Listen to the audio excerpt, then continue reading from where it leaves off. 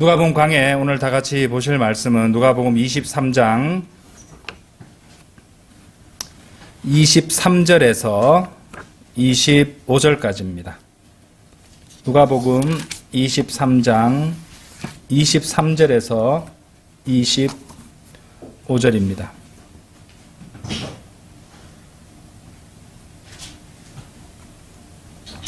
자, 내용 이해를 돕기 위해서 22절부터 제가 받들도록 하겠습니다. 그러자 그가 그들에게 세 번째로 말하기를 어째서냐? 그가 무슨 악한 일을 하였느냐? 나는 그에게서 죽음에 처해져야 할 사유를 전혀 발견하지 못하였노라. 그러므로 나는 그를 채찍으로 치고 나서 그를 가게 하겠노라 하였더라. 그러자 그들이 그를 십자가에 못 박을 것을 요구하면서 큰 목소리들로 재촉하였더라. 그러자 그들의 목소리들과 수석 제사장들의 소리들이 압도하였더라. 이에 빌라도는 그들이 요구한 대로 되도록 판결을 내려주었더라. 그러고 나서 폭동과 살인으로 인하여 감옥에 던져졌음에도 그들이 희망했던 자를 빌라도가 그들에게 석방시켰더라. 그러나 그는 예수님을 그들의 뜻대로 넘겨주었더라. 네. 오늘 드릴 말씀 제목은 내가 그리스도라고 불리는 예수를 어떻게 하랴. 내가 그리스도라고 불리는 예수를 어떻게 하랴. 이런 제목으로 말씀을 드리겠습니다. 지난 시간에 이어서 계속 설명을 드리겠습니다. 이제 로마 군인들이 예수님을 때리고 있었죠. 또 예수님께 침을 뱉고 조롱하고 있었습니다. 그리고 마침내 빌라도는 예수님을 백성들 앞으로 데려오도록 시키죠. 이제 예수님은 그곳에 서 계십니다. 완전히 피범벅이 되도록 맞으시고 또 그분의 머리에는 가시왕관이 박혀 있고 자주색 관복이 그분의 어깨에 걸쳐진 채로 그렇게 서 계십니다. 이사야는 예수 그리스도를 위해서 예언적으로 이렇게 이사야서 50장 6절에서 기록해 놓았습니다. 내가 구타자들에게 나의 등을 내주었고 머리카락을 뽑는 자들에게 내 두 뺨을 내주었노라. 내가 수치와 침뱉음으로부터 내 얼굴을 숨기지 아니하였도다. 이사야서 52장 14절에서는 많은 이들이 너를 보고 경악하였던 것 같이 그의 안면은 어떤 사람보다도 더 심히 손상되었나니 그의 형체는 사람들의 아들들보다 더 그러하였도다. 이렇게 기록이 되어 있다는 것이죠. 빌라도는 분명 예수님으로부터 아주 깊은 인상을 받았음에 틀림없습니다. 그리고 빌라도는 피투성이가 된 채 서 계시는 예수님을 가리켜서 이렇게 말합니다. 요한복음 19장 7절에서 이 사람을 보라. 마치 예수님께서 이 세상에 이제까지 살았던 유일한 사람인 것처럼 오직 그분에게 집중하며 말하고 있었던 것이죠. 그러자 백성은 예수 그리스도를 보고 소리를 지릅니다. 그를 죽이소서. 빌라도는 예수님을 자신의 눈앞에서 치워보려고 그렇게 애를 썼으나 결국 그분을 맞닥뜨리고 있습니다. 빌라도는 말합니다. 너희가 그를 데려가서 십자가에 못 박으라. 나는 그것과 관련한 어떤 것도 원치 않는다. 그러니까 유대인들이 소리를 지릅니다. 우리에게 한 법이 있으니 우리의 법에 의하면 그는 마땅히 죽어야 하나이다. 이는 그가 자신을 하나님의 아들로 나타냈기 때문이니이다. 그리고 빌라도가 그 말을 들었을 때 그는 얼굴이 창백해집니다. 그리고 예수 그리스도를 다시 재판정으로 데려오게 한 다음 이렇게 말합니다. 네가 어디에서 왔느냐? 요한복음 19장 9절에서 이런 질문을 하고 있죠. 빌라도가 왜 그런 질문을 하고 있었을까요? 빌라도는 예수님이 이미 갈릴리 출신이라는 것을 잘 알고 있었습니다. 그래서 그가 애당초 이 헤롯에게 예수님을 보냈던 것 아닙니까? 그러니까 빌라도가 예수님께 네가 어디에서 왔느냐? 이거는 출신을 묻는 것이 아니었어요. 혹시 위에서 온 건 아니냐? 외계에서 온 것은 아니냐? 이런 유의 질문이었단 말이죠. 이 재판에서 처음으로 빌라도는 자신이 다루고 있는 죄수가 어쩌면 하늘에서 어쩌면 위쪽에서 온 죄수일지도 모른다. 혹시 그분이 아닌가라고 생각하기 시작했던 것입니다. 이쯤 되니까 이제 빌라도는 겁에 질리기 시작하죠. 하지만 예수 그리스도께서는 아무 말씀도 하지 않으십니다. 그냥 서 계시는 것이요. 이제 빌라도는 악을 쓰면서 말합니다. 너는 내게 대답하는 것이 좋을 것이야. 나에게는 너를 완전히 풀어줄 권세가 있기 때문이지.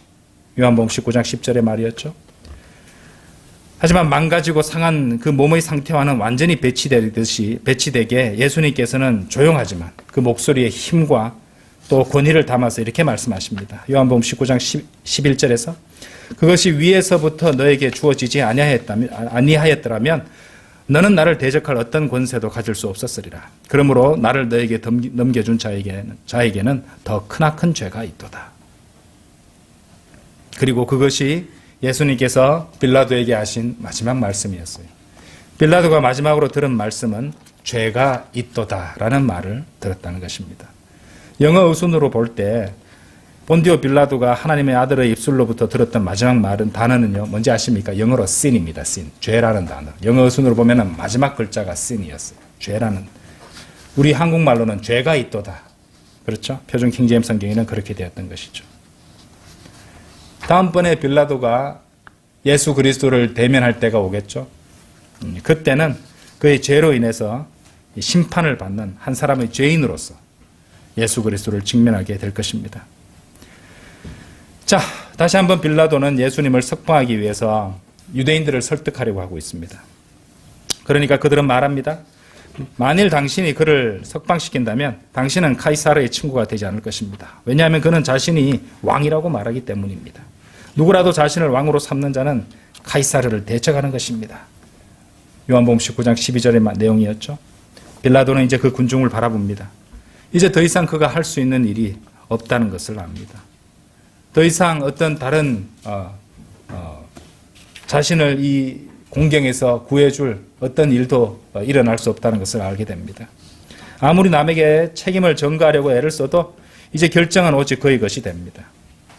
그러니까 그는 그가 옳다고 생각하는 것을 따르거나 아니면 정치적 편의성에 따라 바리새파 사람들과 사두개파 사람들에게 굴복할 수도 있었던 것이죠. 여러분들 그런 생각해 보신 적이 있습니까? 만일 그때 본디오 빌라도가 옳은 일을 행했다면 어떤 일이 일어났을까? 만일 그가 예수 그리스도의 그 피를 요구하면서 소리치는 군중들에게 예수 그리스도를 데리고 가서 자신의 관복을 벗어 그분의 어깨 위에 올리고 자신의 월계관을 집어서 그분의 머리에 두고서는 보라, 너희의 왕이시다.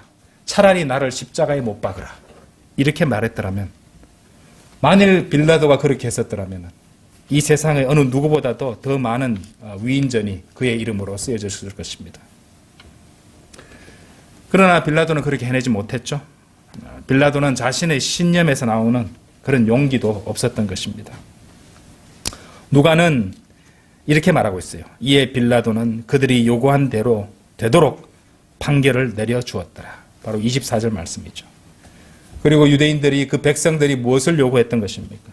놀랍게도 한 로마 독재자와 그리고 독재자를 요구했고 그리고 그들의 메시아를 죽인 죄를 요구하고 있었던 것입니다. 차라리 우리한테 그 죄를 돌려라. 우리와 우리 후손에게. 제사장들과 서기관들은 예수 그리스도를 거부했고 그분을 십자가에 못 박았던 것이죠. 그리고 그분 대신에 그들은 그분을 거부한 그 대가로서 2000년간 로마로부터 박해를 받게 되었던 것입니다. 25절 보세요. 누가복음 23장 25절.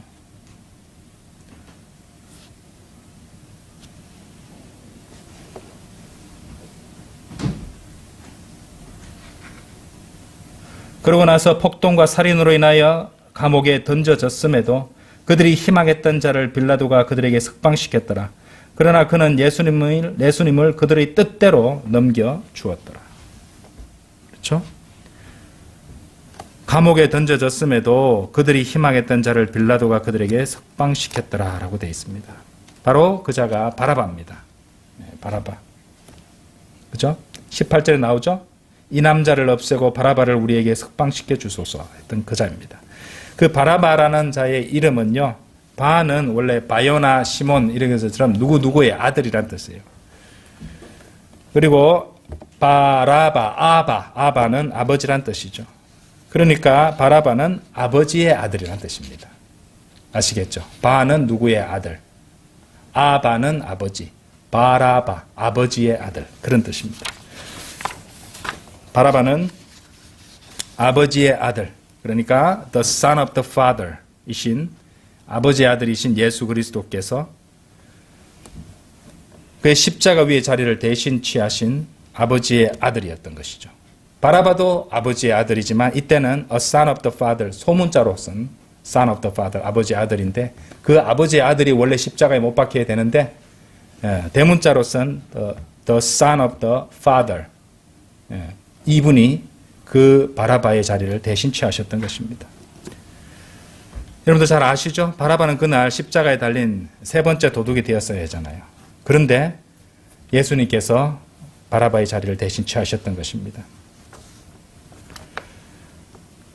러크만 목사님은 이 바라바를 예수 그리스도의 십자가를 이해한 유일한 사람이다 이렇게 평하십니다. 그러니까 문자적으로 이해한 사람은 바라바가 유일하다고 말하고 있는 것이죠.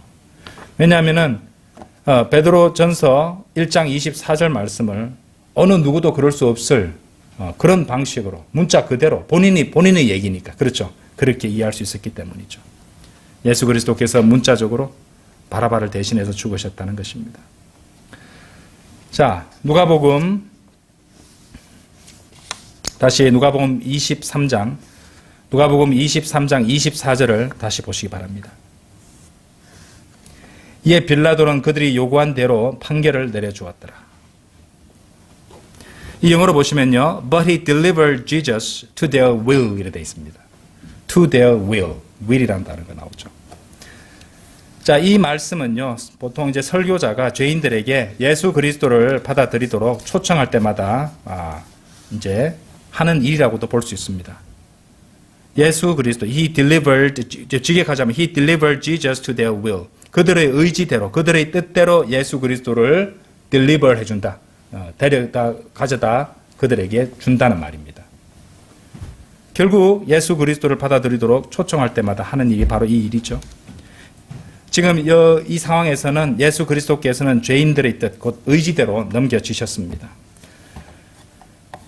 그렇게 그분은 그들에게 넘겨주셨고 또 그들은 그분을 그들의 구원자로 받아들이든지 아니면 그분을 거절할 수 있게 되었습니다. 그런데 예수님께서는 그들의 의지에 넘겨주셨는데 실제로 성경은 그들의 의지를 인정하고 계십니다. 요한복음 5장 40절에서는 그런데 너희는 너희의 생명을 얻고자 나에게 오려고 하지 아니하는도다. 이렇게 말씀하시고요. 또 성령님께서는 요한계시록 22장 17절에서 누구든지 원하는 자는 생명수를 값없이 취할지어다. 이렇게도 말한다는 것이죠. 원하는 자는 말입니다. 그러니까 문제는 뭡니까? will, 의지죠. 원함이죠. 어떤 사람의 뜻함입니다. 아브라함의 종이 이삭의 아내를 얻으러 갔을 때 리브카는 어떤 질문을 받는지 아십니까? 네가 이 사람과 함께 가겠느냐? Wilt thou go with this man? 이렇게 물었다는 말입니다. 그리고 그녀는 이렇게 대답했어요. 제가 가겠나이다. I will go. 창세기 24장 58절에 나오죠. 그래서 전통적인 결혼의식에서 신부는 질문을 받는 것이에요. 당신은 이 남자를 당신의 합법적으로 맺어진 남편으로 받아들이겠습니까? 그러면 그 대답은 뭡니까? 네, 그러겠습니다. 또는 네, 그렇습니다. 이렇게 대답을 하겠죠. I will 또는 I do. 그렇게 하겠죠? do로 물으면 do로 대답할 것이고 will로 물으면 will로 대답할 것입니다. 만일 그녀가 망설이거나 무서워하거나 주눅든다면 그것은 아마도 그러지 않겠습니다가 될 것이겠죠. 자, 구원받지 않은 죄인이 있다면 이렇게 묻고 싶습니다. 당신은 예수 그리스도를 당신의 개인적 구원자로 받아들이시겠습니까? 그럼 그 질문을 받는다면 그 질문을 받는 사람은 그렇게 하거나 또는 그렇게 하지 않을 수 있다는 것입니다. 왜? 하나님께서는 자유의지를 주셨으니까요. 이쯤에서 제가 누가복음 주석서에 나오는 시를 제가 번역한 것을 읽어드리겠습니다. 이것을 러크만 목사님이 쓰신 시 같아요. 왜냐하면 누구와 쓴 시라고 인용을 하시지 않고 주석서 중간에 영어로 나와 있었거든요. 그래서 최대한 우리말의 아름다운 시가 될 수 있도록 번역해 봤습니다. 한번 들어보십시오. 고요한 한밤중의 경점에 귀 기울이라 그대 가슴속 문에 누군가가 두드리고 있네. 누군가가 두드리네 언제나 항상. 그것이 그대 맥박의 고동이라 말하지 말지니 이는 그것이 내 죄의 심장이요 또한 너희 구원자가 두드리며 이렇게 외치시는 것이니 호나 너는 일어나서 나를 받아들이라. 죽음은 무심한 발걸음으로 닥쳐오나니 궁전으로 집으로 그리고 헛간으로라. 그대는 죽음이 문 두드리기를 지체하리라 생각하는가? 닫힌 문 앞에 그냥 서 있으리라 기대하는가? 예수님께서 서 계시네 기다리시네. 그러나 너의 죄 많은 마음은 완강히 버티네. 비통해 하시며 그 구원자는 홀로 떠나가시고 마침내 그대의 죽음이 찾아왔도다. 그러면 당신은 서 있게 될 것이니 그리스도께 들여보내달라고 간청하리라. 그대의 죄로 완전히 덮인 채 하늘문을 마냥 두드리면서 하나님께서 금하시기를 너 유죄 판결받은 죄인아 하늘은 너의 운명이 아니니 예수님께서는 그대를 아시기 위해 오래 기다리셨으나 이제 그분은 그대를 알지 못하신다네. 어떻습니까? 여러분 이 말이 무슨 말인지 아시겠습니까? 이 삶에서 하나님께서는 여러분의 의지에 그분의 아들을 넘겨주셨던 것입니다. 자, 오늘 제목이 되는 말씀을 보겠습니다. 마태복음 27장 22절 열어보십시오. 마태복음 27장 22절.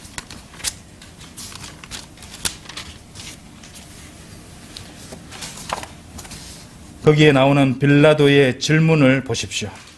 그렇다면 내가 그리스도라고 불리는 예수를 어떻게 하랴? 그렇다면 내가 그리스도라고 불리는 예수를 어떻게 하랴? 이제 여러분의 의지에 묻고 있는 것입니다. 여러분이 원하는 어떤 사악하고 나쁜 짓도 할 수 있습니다. 여러분은 그분을 받아들일 수도 있고 그분을 거부할 수도 있습니다. 여러분은 그분을 무시할 수도 있고 여러분은 그분을 여러분 주위에 있는 모든 장소들로부터 쫓아낼 수도 있습니다. 여러분은 그분을 완전히 모른 채 할 수도 있고 그분에게 욕설을 할 수도 있고 또 그분을 비울 수도 있고 그분에 관한 농담도 할 수 있습니다. 여러분은 여러분이 원하는 그 어떤 일이라도 할 수 있는 것입니다. 그리고 나서 어느 날 당신이 죽고 나서 여러분이 죽고 나서 단 1초 후에 그분은 여러분을 데리고 그분이 원하시는 어떤 것이라도 하실 수 있게 됩니다. 여러분은 그분 앞에 서게 될 것이고 여러분은 스스로 행사할 어떤 의지도 더 이상 가질 수 없게 될 것입니다. 그것은 오로지 그분의 의지가 될 것이고 여러분은 그것에 대해 어떤 말도 할 수 없을 것입니다.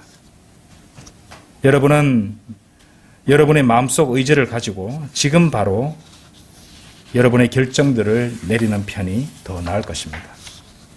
그분을 받아들이든지 거부하든지. 여러분께 잠시 복음을 선포하고자 합니다. 고린도후서 13장 5절 한번 보십시오. 고린도후서 13장 5절.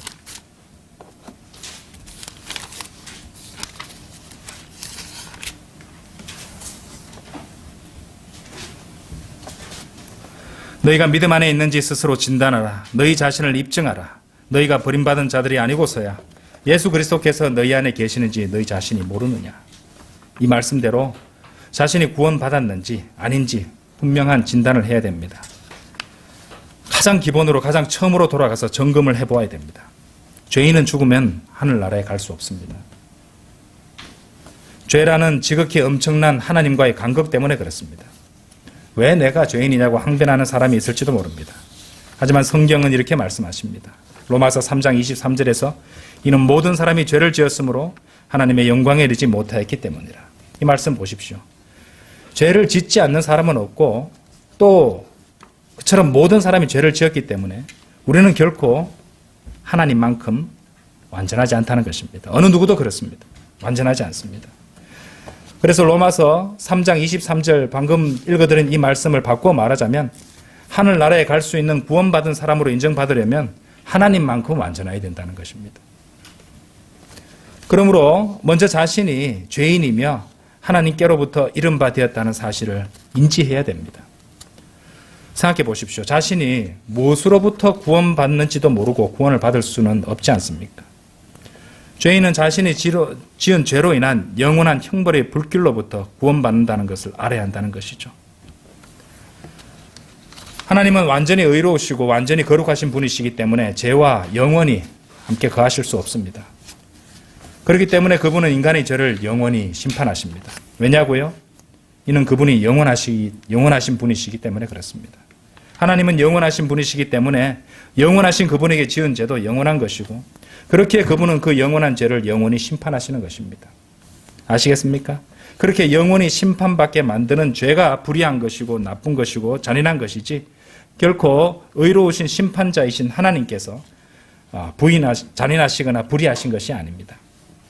하나님을 비난하는 자들은 죄가 얼마나 무서운 것인지 알지 못하는 것입니다. 하나님은 그분의 속성 100% 그대로 완전하고 완벽한 분이십니다. 그분의 의, 그분의 분노, 그분의 거룩하심까지 완전하시다는 것입니다. 그리고 거기에는 어떠한 타협도 있을 수 없습니다. 그러므로 지옥에 대해서 설교하지 않는 목사들, 지옥을 빼버린 전도지를 나누는 사람들은 결국 하나님께 죄를 짓고 있다는 사실을 아셔야 합니다. 지옥의 불길과 죄에 대한 그분의 심판을 축소시키거나 가리는 것은 곧 그분의 거룩하심과 공의로우심과 그분의 분노를 그렇게 가리는 것과 똑같은 것이기 때문입니다. 성경은 요한계시록 21장 8절에서 이렇게 말씀하십니다. 그러나 두려워하는 자들과 믿지 않는 자들과 가증한 자들과 살인자들과 행음에 빠진 자들과 마법사들과 우상 숭배자들과 모든 거짓말쟁이들은 불과 유황으로 타오르는 호수에 자신들의 영역이 있으리라. 이것이 둘째 사망이라. 이 목록에 나오는 죄인들은 불과 유황으로 타오르는 호수에 자신들의 자리를 마련하게 됩니다. 생각해 보십시오. 누가 영원히 죽지 않고 불타기를 원하겠습니까? 뜨거운 불에 손을 대어 본 적이 있으십니까? 온몸이 불 속에서 영원토록 끝이 없이 불탄다고 생각해 보십시오. 누가 그것을 원하겠습니까? 암흑시대에 이 그리스도인들 대상으로 자행되었던 그 고문과 또 여러 가지 형벌 가운데 화형은 가장 잔인한 방법이었습니다. 그 사악한 인간들도 그 점을 알고 있었던 것이죠. 그처럼 전지전능하신 하나님께서 아시고 정하신 가장 완전한 그분의 분노와 그분의 심판과 그분의 형벌을 이루는 것은 영원히 불길에서 고통받으며 불타는 것입니다. 그렇기 때문에 우리는 사람들에게 구원받으라고 복음을 전하는 것입니다. 그러면 이런 의문이 떠오를 것입니다. 어떻게 빠져나올 수 있습니까? 그 대답은 로마서 5장 8절에 있습니다. 바로 주 예수 그리스도의 십자가입니다. 그러나 우리가 아직 죄인이었을 때 그리스도께서 우리를 위하여 죽으셨으므로 하나님께서는 우리를 향한 그분의 사랑을 권하고 계시느니라. 예수님은 우리가 아직 죄인이었을 때 우리를 위하여 죽으셨습니다. 그것은 과거 시제로 되어 있죠. 우리를 향한 그분의 사랑을 권하고 계시는 것은 현재 시제입니다. 그 십자가에서 나타나신 사랑을 하나님께서는 권하고 계십니다. 지금 여러분들에게 모든 죄인들에게 권하고 계십니다. 주 예수 그리스도께서는 갈보리 십자가를 통해서 하나님과 사람 사이의 화해를 이루실 수 있었습니다. 하나님은 100% 거룩하신 분이시지만 인간은, 그러니까 죄인은 그렇지 않습니다. 하나님의 거룩하심은 어떤 타협도 허용하지 않으시기에 그분의 조건을 충족시키기 위해서는 전혀 죄가 없어야만 합니다. 그리고 우리로서는 그것이 절대 불가능합니다. 성경은 이렇게 말씀하시고 있기 때문입니다. 로마서 5장 12절에서 이런 연유로 한 사람으로 말미암아 죄가 세상으로 들어왔고 죄로 인하여 사망이 들어온 것과 같으니 그리하여 모든 사람이 죄를 지었으므로 사망이 모든 사람에게 이르렀느니라. 따라서 아담의 피를 받지 않은 성령으로 잉태되신 예수 그리스도만이 그 일을 하실 수 있었고 그분은 그분의 의를 우리에게 주셨으며 그 대신 우리의 죄들을 그분에게 전가시키신 것입니다. 놀랍게도 그분은 육신으로 오신 하나님이셨기에 그분이 우리에게 주신 의는 곧 하나님의 의가 된다는 것입니다. 로마서 5장 8절 9절에서 그러나 우리가 아직 죄인이었을 때 그리스도께서 우리를 위하여 죽으셨으므로 하나님께서는 우리를 향한 그분의 사랑을 권하고 계시느니라. 이제 그분의 피로 정당함을 입증받았으니 그렇다면 우리는 그분을 통하여 더욱더 진노로부터 구원받게 되리라. 우리를 지옥과 불의 호수에서의 하나님의 심판으로부터 구원하시기 위해 예수 그리스도께서 갈보리 십자가에서 죽으셨을 때 그분은 그분의 보혈로 우리가 우리 생에서 지은 모든 죄를 씻어 주실 수 있었습니다. 그리고 마침내 우리는 그분처럼 무죄하게 되어 하늘에 올라갈 자격을 얻게 된 것입니다. 여러분, 그분이 십자가에서 죽으신 이유를 아십니까? 간단히 설명하겠습니다. 왜 지옥에 가는 것입니까? 죄 때문에 갑니다. 그리고 온 우주에서 죄를 씻을 수 있는 것은, 유일한 것은 예수 그리스도의 보혈밖에 없습니다. 그 보혈로 여러분의 죄를 씻어 하늘로 갈 수 있게 하시기 위해 예수 그리스도께서는 십자가에서 하나님의 피, 보혈을 흘리셨던 것입니다. 예수 그리스도께서는 그만큼 여러분을 사랑하신 것입니다. 예수님은 하나님이시면서도 하늘로부터 우리가 있는 이 지상으로 내려오셨습니다. 모든 사람이 죄를 지었으므로 하나님의 영광에 이르지 못했기 때문에 그분이 이 낮은 곳으로 직접 내려오셔야 했던 것입니다. 모든 사람이 죄를 지었으므로 하나님의 영광에 이르지 못했다는 것은 모든 사람이 어떻게 노력을 해도 하나님의 영광에 인간들의 노력으로는 이룰 수 없다는 것을 의미하는 것입니다. 그렇기 때문에 하나님 편에서 먼저 예수님이 내려오셔야 됐다는 것이죠. 여러분, 갈보리 십자가의 보혈로 완성된 복음으로 구원받기를 원한다면 구원받지 않은 죄인의 삶 가운데 계속 머물고자 해서는 안 됩니다. 제 말은 그 죄인의 마음 자세가 근본적으로 변해야 된다는 것입니다. 하나님, 저를 구해 주십시오. 이렇게 죄악에 빠져 죽어 지옥에 떨어지고 싶지 않습니다. 오 주님, 이런 마음으로 변해야 된다는 것입니다. 그리고 그것이 바로 구원에 이르는 마음 자세의 변화, 곧 회개입니다. 자신이 지옥에 갈 죄인이라는 사실을 알지 못하는데 어찌 마음이 낮아져서 하나님께 매달릴 생각이 가질 수 있겠습니까? 지옥에 빠진 복음이 있을 수 있습니까? 하나님의 영원한 심판이 빠진 복음이 있을 수 있습니까? 우리 죄들, 그 죄들의 결과를 얘기해 주지 않는 이상 교만한 인간은 회개하지 않는 것입니다. 사람들은 오해합니다. 그들은 구원받기 위해 자신이 담배를 끊고 음행을 멈추고 술을 끊고 성경을 읽고 기도를 하고 이전보다 더 거룩하게 살아야 한다고 착각하는 것입니다. 여러분, 그것이 아닙니다.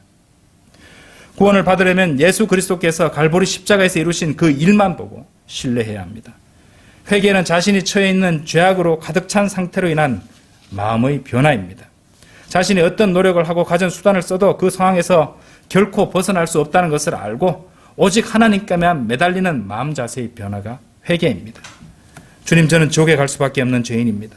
이 상황에서 제가 벗어나기 위해서 제가 할 수 있는 일은 아무것도 없습니다. 제발 저를 구해 주십시오.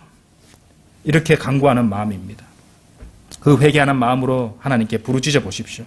그러면 하나님께서 그 죄의 바다에서 익사하고 있는 여러분에게 구명 튜브를 던져주시는 것입니다. 그리고 그처럼 해결책은 오직 하나님께서 주시는 것입니다. 고린도 후서 7장 10절에는 두 가지 종류의 슬픔이 나옵니다. 이는 경건한 슬픔은 구원에 이르는 회개를 이루어 후회하게 될 것이 없으나 세상의 슬픔은 죽음을 이루기 때문이라. 구원을 위한 회개는 경건한 슬픔입니다. 그것은 단지 자신의 잘못을 뉘우치고 후회하는 것이 아닙니다. 생각해 보십시오. 죄를 짓고 회개한 다음 얼마 지나지 않아서 또 죄를 짓습니다. 그런 식으로 회개를 반복해서 구원을 받는 것이 결코 아닙니다. 그런 사람들은 자신이 구원받았는지도 모르고 확신도 없기 때문에 계속해서 구원을 의심할 수밖에 없습니다. 그런 사람들은 자신이 진정으로 자신의 잘못을 뉘우치지 않아서 그런 줄 알고 계속해서 눈물 콧물을 짜내며 악순환을 이어가는 것입니다. 자, 간단히 말씀드리겠습니다. 여러분은 누군가가 여러분의 죄를 제거하고 지옥으로부터 구원해 줄 것을 원하십니까? 정말 그렇습니까? 그렇다면 마음의 변화가 생긴 것입니다. 그러면 예수 그리스도께서 여러분을 구해 주시도록 구하십시오. 그러면 되는 것입니다. 그렇게 간단하자고요? 예, 그렇게 간단한 겁니다. 그것이 바로 구원에 이르게 하는 회개라는 것입니다. 이제 구원받는 단계를 설명드리겠습니다. 첫째, 회개입니다. 마음의 변화입니다. 앞서 충분히 설명드렸습니다. 둘째, 믿음입니다. 그것은 하나님께서 주시는 복음에 순종하여 오직 예수 그리스도만 믿고 자신의 구원자로 신뢰하여 받아들이는 것입니다. 죄의 바다에 빠진 여러분을 구하기 위해서 던져주신 구명 튜브를 거부하고 자신이 수영을 하거나 발을 부단히 움직이거나 그렇게 떠있으려 가거나 밧줄을 잡되 예수님을 도와드리기 위해서 자신이 주도적으로 밧줄을 당겨서 나아가려고 하는 것은 결코 믿음의 자세가 아닙니다. 그런 사람은 진정으로 예수 그리스도를 믿는 것이 아니라 결국 자신을 믿는 것입니다. 여러분은 참으로 여러분의 구원을 위해서 예수 그리스도만을 믿고 신뢰하십니까? 많은 사람들이 예수 그리스도께서 십자가에서 죽으시고 장사하시고 부활하셨음을 믿는다고 말하지만 많은 경우 그것은 머리로 믿는 것에 지나지 않을 때가 많습니다. 마음으로 믿는 것이 아니라는 말입니다. 엘리베이터나 다리가 있다고 생각해 보십시오. 단지 머리로 생각하기에 그 다리를 건너가거나 엘리베이터에 타도 무너지거나 떨어지지 않는다고 믿을 수는 있습니다. 하지만 그것은 지적 동의에 가까울 뿐 실제로 그 다리를 건너거나 실제로 그 엘리베이터에 올라타기까지는 결코 마음으로 믿는 것이 아닙니다. 그처럼 머리로 믿는 것과 마음으로 믿는 것은 완전히 다른 것입니다. 하늘나라와 지옥의 차이만큼이나 다를 수 있다는 말입니다. 참으로 여러분은 여러분을 구원하시기 위해 예수 그리스도께서 십자가에서 죽으시고 장사되시고 부활하신 것을 온 마음으로 믿으십니까? 아니면 머리로만 알고 있는 것입니까? 로마서 10장 9절 10절입니다. 네가 만일 너의 입으로 주 예수를 시인하고 하나님께서 그분을 죽은 자들부터 살리신 것을 너의 마음속에 믿는다면 너는 구원을 받으리라. 이는 사람이 마음으로 믿어 의에 이르고 입으로 시인하여 구원에 이르기 때문이라. 첫 번째가 회개, 두 번째가 믿음, 그리고 이제 말씀드릴 세 번째가 시인입니다. 시인이라는 것은 예수님께 늘 기도하고 죄를 자백하는 것이 아닙니다. 가톨릭 사제를 찾아가서 고해 성사를 하라는 말이 결코 아닙니다. 시인, confess는 공개적으로 말하는 것입니다. 자, 회개, 믿음, 시인은 따로 하는 것이 아니라 이 세 가지가 순차적으로 함께 이어지는 것입니다. 지옥에 갈 수밖에 없는 죄인이 구원을 받기 위해 예수 그리스도께서 십자가에 죽으시고 장사되시고 부활하신 사실을 믿고 동시에 그렇게 입으로 고백했을 때, 시인했을 때 그 사람의 구원이 확정되는 것입니다. 평생 동안 믿어왔다가 아닙니다. 믿었던 그 순간 입으로 시인한 것으로 충분한 것입니다. 말할 수 없는 벙어리는 어떻게 하냐고 묻는 사람도 있을 것입니다. 그런 경우에는 꼭 문자적으로 귀에 들리도록 시인하지 않아도 됩니다. 핵심은 죄인이 구원을 받기 위해 하나님께 그것이 필요하다고 온 마음으로 간구하느냐 안 하느냐인 것입니다. 주님, 저는 죄악의 바다 한가운데에 가라앉고 있으며 저 아래 지옥까지 떨어지려 하고 있습니다. 저를 구원해 주십시오. 이렇게 주님께 구할 때 하나님께서는 그 사람에게 구명 튜브를 던져주시고 죄인은 그것을 붙잡는 것입니다. 그 순간이 바로 구원입니다. 달리 말해 하나님께서 저를 구원하시려고 갈보리 십자가에서 하신 일을 알고 믿습니다. 저를 구원해 주십시오. 저에게 구원을 주십시오. 라고 말하면 하나님은 그 누구에게라도 구원을 베풀어 주시는 것입니다. 그렇게 단순하냐고요? 그렇게 단순합니다. 그러므로 구원의 때와 장소는 그렇게 분명히 특정할 수 있습니다. 언제 어디서 주님께 그렇게 간구했는지를 가리키는 것이기 때문입니다. 마지막으로 다시 정리하겠습니다. 첫 번째 회개입니다. 나는 내가 죄인이라는 것을 알고 지옥에 간다는 것을 알고 있습니다. 나의 죄들이 나를 지옥으로 데려갈 것이라는 것도 알고 있습니다. 이로 인해서 나는 내 마음의 변화를 가지게 되었습니다. 회개입니다. 믿음입니다. 두 번째로, 하지만 나는 다른 어떤 것도 이 상황에서 나를 구원해 줄 수 없다는 것을 압니다. 나는 구원을 위해 주 예수 그리스도의 십자가 보혈 외에는 다른 어떤 것도 신뢰하고 의지할 수 없습니다. 그리스도께서 흘리신 보혈이 나에게서 모든 죄를 제거하신다는 것을 믿습니다. 그분께서 나의 죄를 제거하시기 위해 십자가에서 죽으시고 장사되시고 부활하셨습니다. 나는 나의 구원을 위해 바로 그 사실을 믿는 것입니다. 세 번째, 시인입니다. 이제 그렇게 믿고 그렇게 하나님께 말씀드립니다. 하나님, 예수님께서 저를 구원하시기 위해 죽으시고 장사되시고 부활하셨음을 믿습니다.